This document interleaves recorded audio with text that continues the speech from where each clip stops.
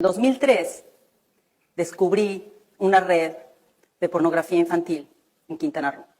En la zona hotelera y en la zona más pobre de Cancún estaban vinculadas a través de un grupo de empresarios, senadores, gobernadores, que tenían una fascinación por la pedofilia y estaban dedicados a traer niñas de diferentes países. Una de las niñas fueron a denunciar y la autoridad lo que hizo fue llamarle al líder de esta banda de traficantes para avisarle que ya lo habían denunciado y él se fue a los Estados Unidos.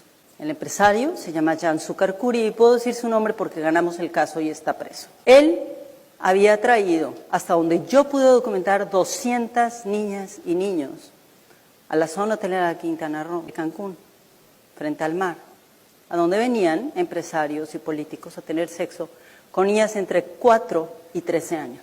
No solo eso, sino hacía pornografía infantil. 2003 fui directamente con las autoridades federales a preguntarles cómo podemos investigar una red de pornografía infantil que está comprando y vendiendo niñas a través de Internet.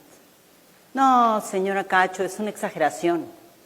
Seguramente son unos cuantos niños, son pedófilos, pero pornografía infantil en México, ¿cómo cree? No. Y encontré un hacker y nos metimos en el Deep Web por primera vez. Imprimí 300 fotografías de hombres adultos con niñas y niños menores de 13 años. Senadores, gobernadores y empresarios multimillonarios mexicanos y extranjeros. Pero se quedó en mi cabeza una idea, ¿cómo vamos a encontrar a estas niñas y niños? Mientras esto sucedía, y yo hacía la investigación, escribí toda la historia. En ese entonces yo ya tenía 3 escoltas federales, porque ya había tenido 2 atentados y varias amenazas de muerte, y ya un abogado de Cancún me había puesto un arma en la cabeza por meterme en asuntos privados de su vida cuando denunciamos que había intentado matar a su mujer. Él entró a mi oficina y enfrente de mi escolta federal me ofreció $1 millón para mi organización, de parte de un hotelero y de un senador mexicano. Me dijeron, mire, usted, señora Cacho, no va a sobrevivir, no va a poder publicar ese libro que quiere publicar. Nadie sabía que yo iba a publicar un libro, excepto, por supuesto, la Secretaría de Gobernación, que tenía investigados mis teléfonos. Si usted acepta este dinero para ayudar a las pobrecitas víctimas que reciben su refugio, le vamos a ayudar a detener al líder de la banda de criminales. Unos meses después, entregué mi libro, Los demonios del Edén, a la editorial Penguin Random House. Y resulta que el nuevo secretario de Seguridad Pública Federal, el encargado de lo que ahora es la Policía Federal, Miguel Ángel Yunes Linares, mandó llamar por teléfono al director general de Random House en México y lo invitó a su oficina. Con hombres armados, le dijo que ese libro no podía ser publicado, porque él aparecía en el libro. 2 meses después estábamos presentando el libro en la Ciudad de México y para ese momento ya habíamos rescatado a 200 niñas y niños. Ya tenía los nombres, los apellidos, ya sabíamos quién eran sus madres, sus padres. En 5 casos no pudimos contactar a la familia porque la familia fue quien vendió a sus hijos e hijas. Adquirí las llamadas telefónicas en las que uno de los miembros de la red criminal llamaba por teléfono a Jan Sukarkuri y le explicaba que cada niña costaba $3,000 como cuota principal. Y después de los $3,000 tenía que pagar, además, los papeles. Mientras estaba haciendo esta investigación, llegó la policía aquí a Cancún, afuera de mis oficinas, vestidos civiles, 10 sujetos armados, y mi escolta se quedó inmóvil. Me secuestraron y durante casi 24 horas me torturaron. Me dijeron quién los había mandado, el gobernador de Puebla. Me dijeron por qué razones, por haber publicado Los demonios del Edén, y porque me había metido en la vida privada de todos estos senadores, gobernadores y empresarios. Afortunadamente yo había hecho toda una estrategia de seguridad en caso de, y los medios se enteraron a tiempo. Entonces la policía que me secuestró se vio obligada a llevarme viva a Puebla en lugar de matarme en el camino como me habían prometido, si yo no firmaba ahí mismo un documento diciendo que el contenido de mi investigación era absolutamente falso.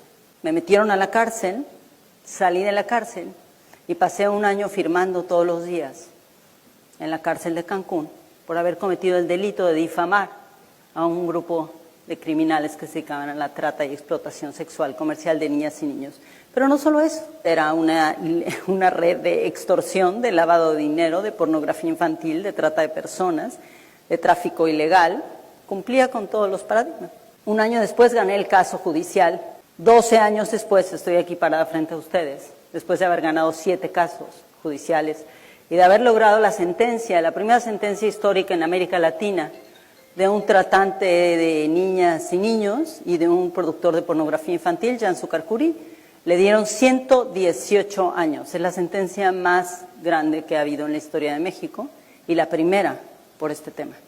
Tracé un mapa para entender cómo las mafias mexicanas estaban operando en Nigeria y en Japón y cómo las mafias japonesas operaban en Estados Unidos, en el Reino Unido. 143 países están investigados para ese libro. Tracé estas rutas y las seguí. Durante 5 años me tuve que disfrazar de monja para meterme en los lugares donde solamente dejan meterse a las mujeres religiosas, para poder documentar cuántos niños y niñas había dentro de los burdeles en la Ciudad de México.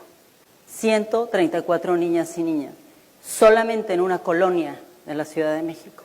La otra cosa que descubrí es quiénes son las agencias de viajes que facilitan esto y que saben perfectamente qué es lo que están facilitando. También descubrí que estas agencias de viajes trabajan con ciertos sindicatos de taxistas en diferentes países. Y cuando no son los sindicatos de taxistas, porque son VIPs los consumidores, entonces son empresas especializadas en transporte. Me fui a los Estados Unidos siguiendo una red de tratantes de Tlaxcala, que es uno de los estados de México que ustedes sabrán, produce y tiene una gran cantidad de tratantes de personas y tiene una red cultural de padrotes. Ellos, los tratantes, educan a sus hijos y sus hijos a sus hijos y a sus sobrinos para que se conviertan en expertos explotadores y vendedores de niñas y niños, se casan con ellas, las llevan a Estados Unidos. Entrevisté a un chico que se había casado a los 26 años 17 veces. Le había llevado a las esposas a los Estados Unidos y ahí los descubrieron y los metieron a la cárcel gracias a una investigación colectiva periodística que hicimos varios.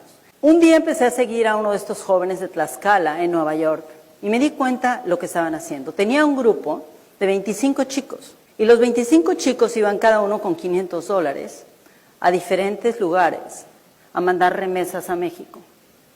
Las remesas iban a Puebla y a Tlaxcala. Era dinero producto de la explotación sexual comercial de niñas, mujeres y jóvenes. Yo no podría estar viva sin mis fuentes, no podría estar viva sin esos policías federales, sin esos agentes especializados de todo el mundo que han sido mis fuentes, que han confiado en mí, que me han enseñado todos los días cómo hacer mi trabajo mejor. Probablemente soy la que está contando la historia casi siempre, porque ellos están allá trabajando en sus países, en sus escritorios, o tras de su computadora, pero allá están. Después de 12 libros sobre estos temas, después de 12 años de haber seguido este caso contra el gobierno mexicano y todos los agentes, incluidos 2 expresidentes vinculados con la trata de personas, el lavado de dinero y la protección de la delincuencia organizada, ganamos.